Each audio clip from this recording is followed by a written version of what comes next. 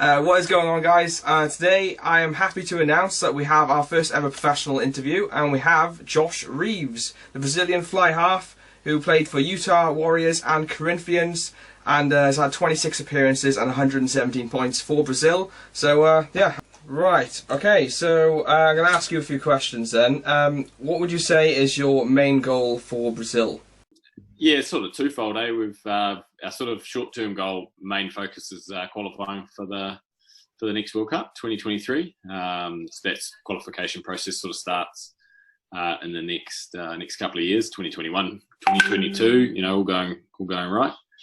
So that's a big focus for us. And then sort of with that, you know, we're looking to grow the game as much as we can in Brazil. So we sort of know that qualifying for a World Cup would be a massive step in that direction. So if we can do that, we know we'll be able to grow the game that we want here in Brazil as well. Okay, awesome. Right, another question now then. Who would you say is the best player you've played against? Probably got a couple of fly halves that I've managed to play, been lucky enough to play against. So we went on a tour to Georgia in 2018. We were lucky enough to play against Racing Metro, and they had Finn Russell playing fly half for them. So that was pretty cool for me, and it was great to watch him. He was just so casual and so relaxed on the field, you know, and was able just to manage the guys so well. And so obviously I played against him in the game that we played, and then I managed to watch him in the other game that they played on the tour, and just to be up close, sort of watching the way he would command the team and take his opportunities was really cool. The other one really impressed by was my first Major League Rugby game, which was against San Diego, and they had Joe Peterson playing at number 10. Yeah. Oh man, just as a fly half, he just controlled the game. You know, I was basically doing everything I could to get us good field position and get us into, you know, do some good attack and that sort of thing. But he just, I felt like everything I threw at him, he just threw at me in double, and he was able to just sort of control the game and kick into the corners. And he just plays a lot of, you know, the game just seems really slow for him. So he's always got a couple of options that he can take at any one time, and he's never rushed, and he's able to just take those opportunities when they pop up. So yeah, real hell of a player to play against. Got some good options there. So next question then. What was it like playing in the MLR?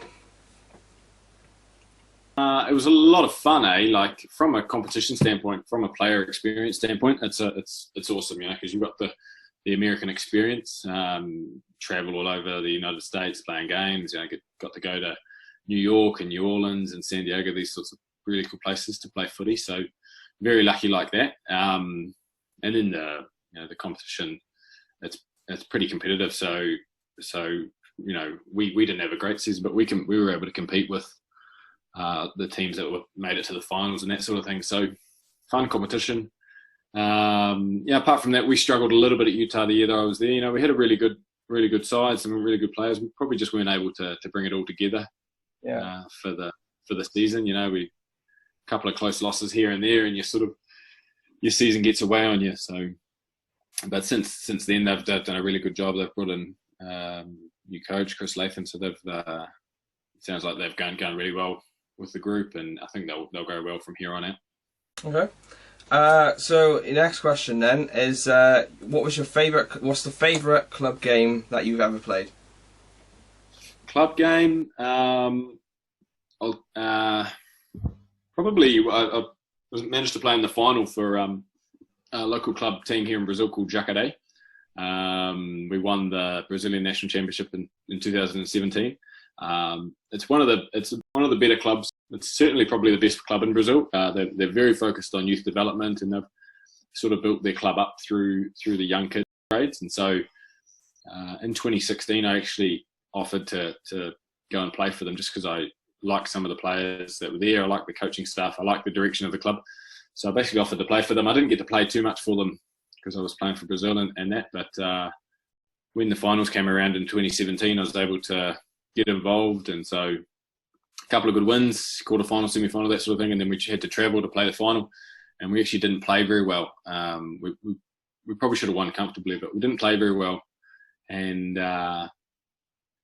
and we're down 2 tries with about 4 minutes to play, like basically down and out. Nothing's going our way, and we managed to score a try.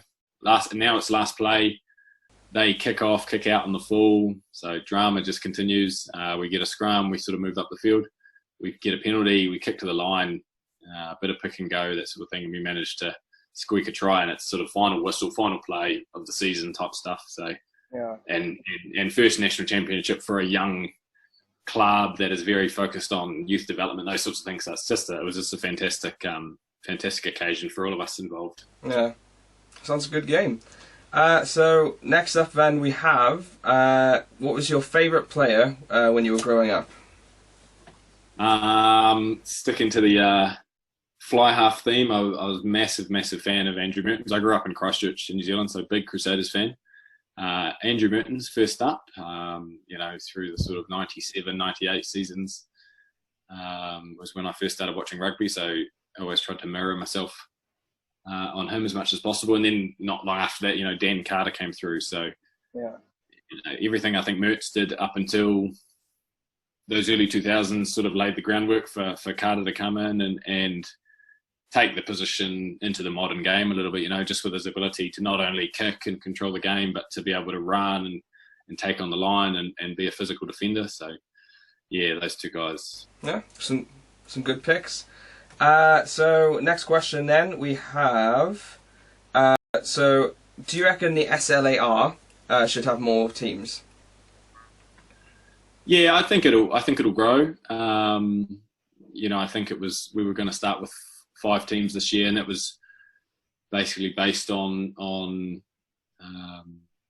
probably fair enough in the amount of teams that the region can handle. But in a couple of years, I think it'll grow pretty quickly. The likes of so Colombia will look to have a team fairly soon.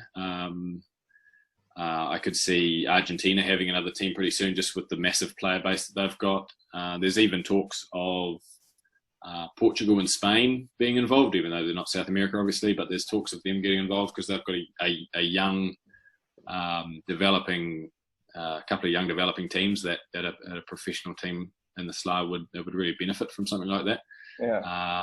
And even before this season started, there was talks of Uruguay having 2 teams and Brazil having 2 teams. So I think it's the way it started this year with 5 teams was really just about being conservative and smart and doing it the right way. And I think in 3 or 4 seasons you'll see it grow to 8, 10, 12 teams. Yeah. Okay. Next question then we have, what's been your favourite game to play for Brazil?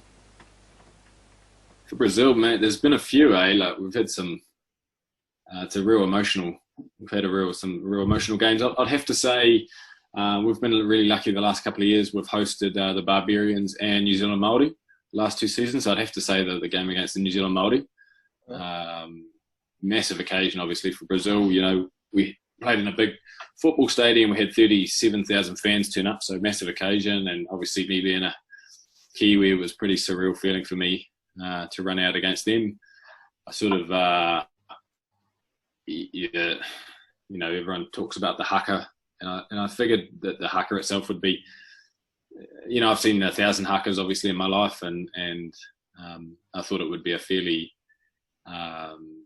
simple occasion for me, but the fact, the moment that they started doing their haka, just the intensity of the occasion really hit me, and there's a lot of emotions flowing, and it was good to be there with my Brazilian brothers, and it was a hell of a game. We were lucky really because about 10 minutes before the game, it just started pissing with rain, like really raining hard.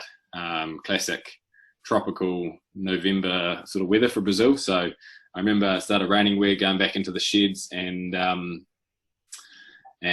just turned to one of my coaches and we sort of just smiled and said, "Look, this rain's great for us because all we really like to do is pressure and defence." And so we managed to play a really good game against them. I think the final score was about 33-3 or something like that. So I thought we did a great job that day. Okay.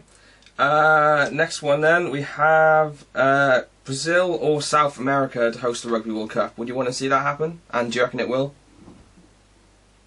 Yeah, I think so. I mean, Argentina had their name in the hat for 2027, didn't they? I think they've pulled it out over the last couple of months. So I think it's bound to happen. I think because of the strong football culture that both countries have got, there's you've certainly got the infrastructure in place. You know, Brazil's got a lot of big, beautiful stadiums that game Rugby World Cup could host. Brazil, before that happens, Brazil will probably have to continue to host big international games, whether it be the Barbarians, another Maldives game, those sorts of things, or even a big international between a couple of countries like an Argentina versus South Africa, something like that. So that's probably where Brazil needs to go first before it can look to host an event like that. Argentina for sure. I mean, Argentina's absolutely got the fan base. It's a great place for international people to want to travel as well. So yeah, I can see it happening. Yeah. Awesome. I look forward to it if it does. It would be pretty awesome. Next one now. Do you want to see the Rugby World Cup to expand? Because there's been quite a few conversations between a lot of people talking about that. Because obviously you have a lot of smaller nations not having a chance in getting into the World Cup. Yeah. I just think short answer yes. I think 24 teams would be great. It would be a great spectacle for the World Cup, and I think you can look at it practically. You know, it's maybe a few years ago. If you go back, say 9 years, 10 years. Probably wouldn't have made sense because you still had some of the minnows losing by 100 points to, you had Namibia losing by over 100 points to Australia and those types of things. But the last year's World Cup really showed us that the minnows of the World Cup are really, improving their rugby a lot. So Uruguay beat Fiji, and here in Brazil, we compete with Uruguay on a regular basis. So, the fact that the lower tiered teams in the World Cup are competing at a pretty good level, and the fact that there are some countries that compete with those lower tiered countries that don't make the World Cup, us against Uruguay, for example, or say Germany competes really well in Europe, or so forth. Hong Kong just competes really well in Asia. You've got multiple teams that could certainly be at a World Cup and give good competition throughout the World Cup. So yeah, I think expanding the World Cup to 24 would be a step in the right direction, and I don't think it's something that World Rugby would regret at all. No. Okay, and a final question then, which is actually probably the best question out of all of these, is if you were to make the Rugby World Cup in 2023, what would be your dream pool for Brazil to be in?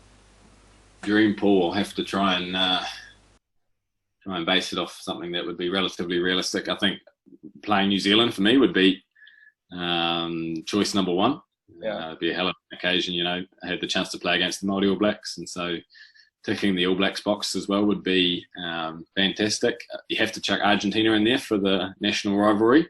If we can start getting a little bit closer to the level of Argentina, it's only going to be good for our sport, because Brazilians love their natural sporting rivalry with our neighbours. So it's one thing that'll help grow the sport here.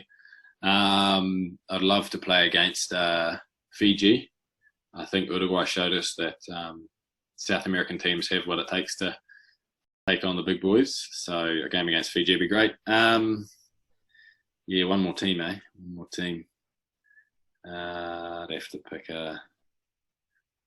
pick something like a Namibia, just so, if we got a win against the Namibia, you could say that, we get a win against Africa's next best team would be a good achievement, I think, something like that. Yeah, that's a good choice then. I mean, personally, I would love to see Brazil visit Wales, obviously, me being Welsh, but whether that will happen or not, I don't know. It's a shame.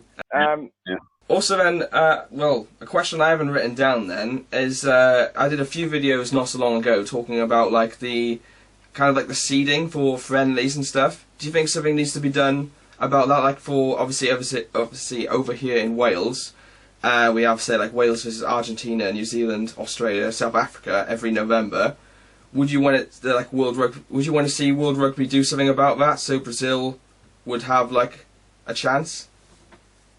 Yeah, I mean they're talking about the idea of the Nations Cup, which is an interesting one, and maybe a two-tiered Nations Cup, which would hopefully involve us, or certainly give us a chance to be involved in that. I think what you're looking at there is either whether it's the Nations Cup or the idea that you're talking about.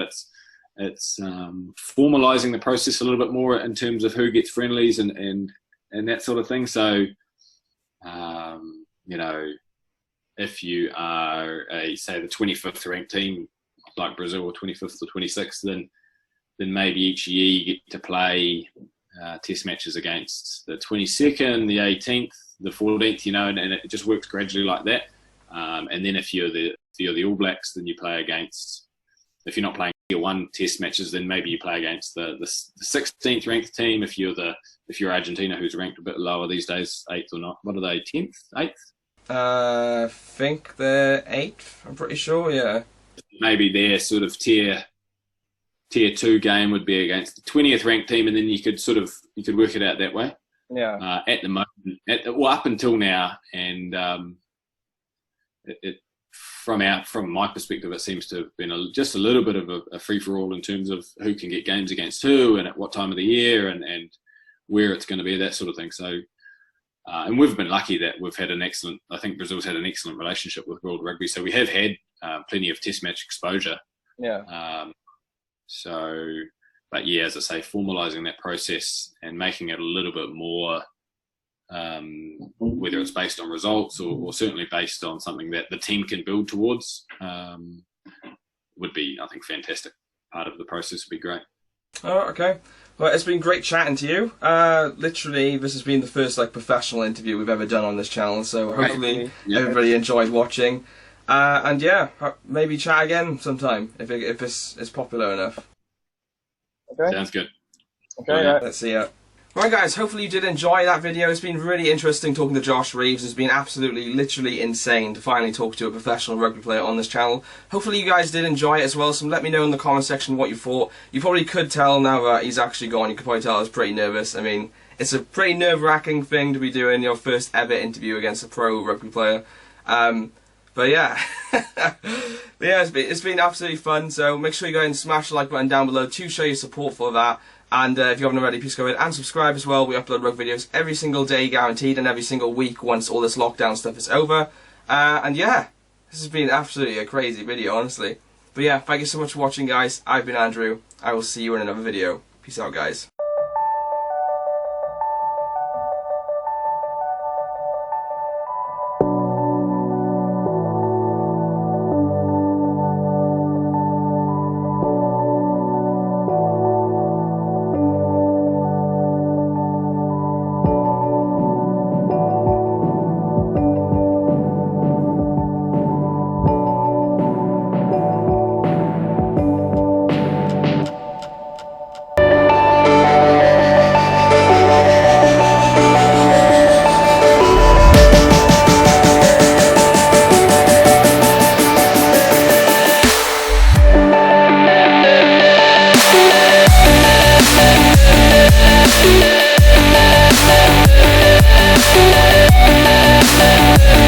Yeah.